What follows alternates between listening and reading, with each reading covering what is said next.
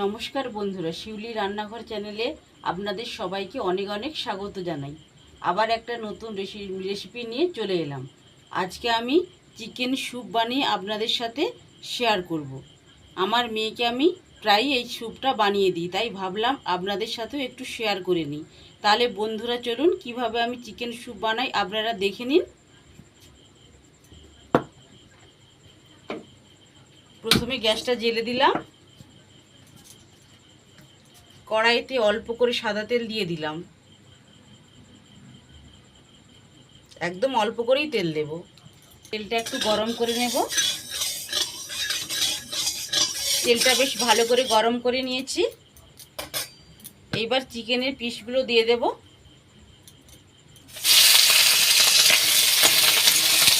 চিকেনটা ভাজা ভাজা করব না, দু একবার নেড়ে নিয়েছি। এইবার জল দিয়ে দেব।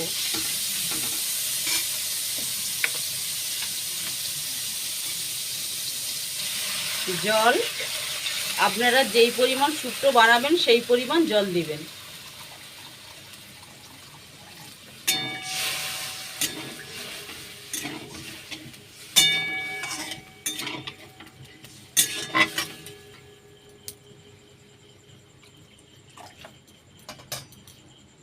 দিয়ে দেবো একটা তেজপাতা আর গোটা গোলমরিচ।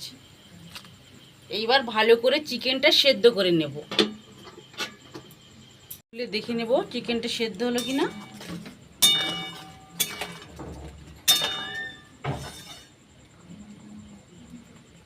চিকেনটা খুব ভালো মতো সেদ্ধ হয়ে গিয়েছে, এইবার নামিয়ে নেব।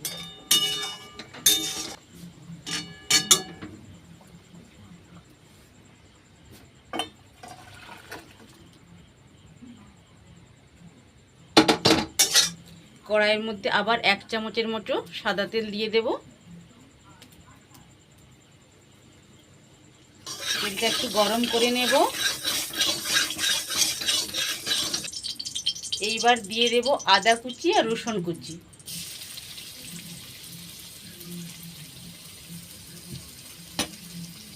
দিয়ে একটু ভাজা ভাজা করে নেব।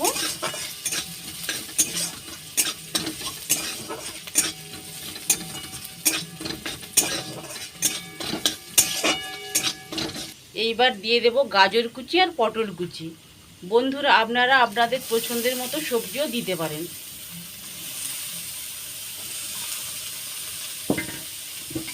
দু একবার ভালো করে নেড়ে নেব। আমরা যেই রকম সবজি রান্না করি সেই রকম করে ভাজা চলবে না, অল্প ভাজলেই হয়ে যাবে।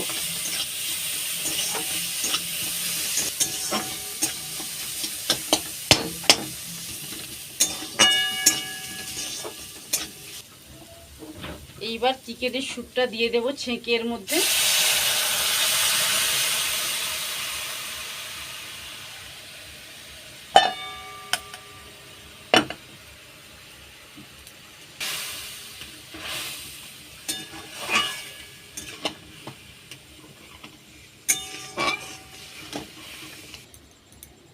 চিকেনগুলো হাতে করে ঝুরঝুরি করে নেব এইভাবে।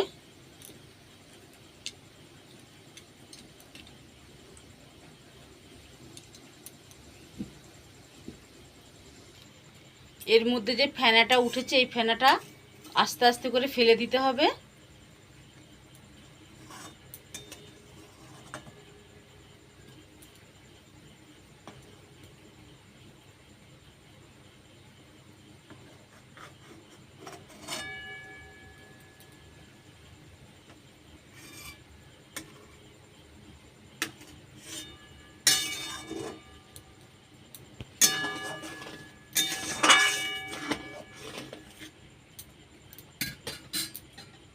এইবার দিয়ে দেব সোয়া সস।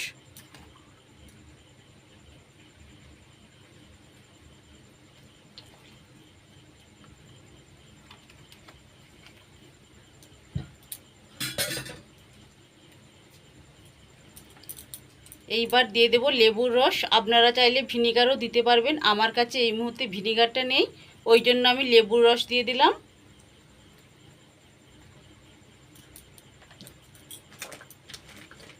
স্যুপের স্বাদটা ভালো আসার জন্য গোলমরিচ গুঁড়ো দিবেন, তাহলে খুব ভালো স্বাদটা আসবে।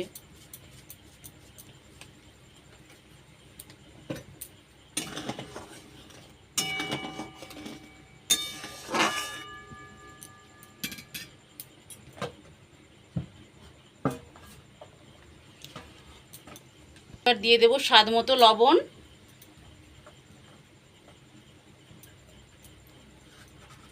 আর দেব অল্প করে চিনি। এইবার ঝুরু ঝুরু করা মাংসগুলো দিয়ে দেব।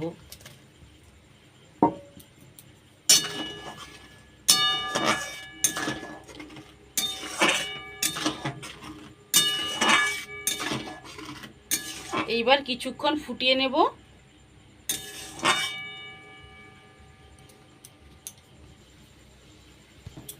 আমার চিকেন স্যুপটা একদম রেডি হয়ে গিয়েছে, এবার নামিয়ে নেব।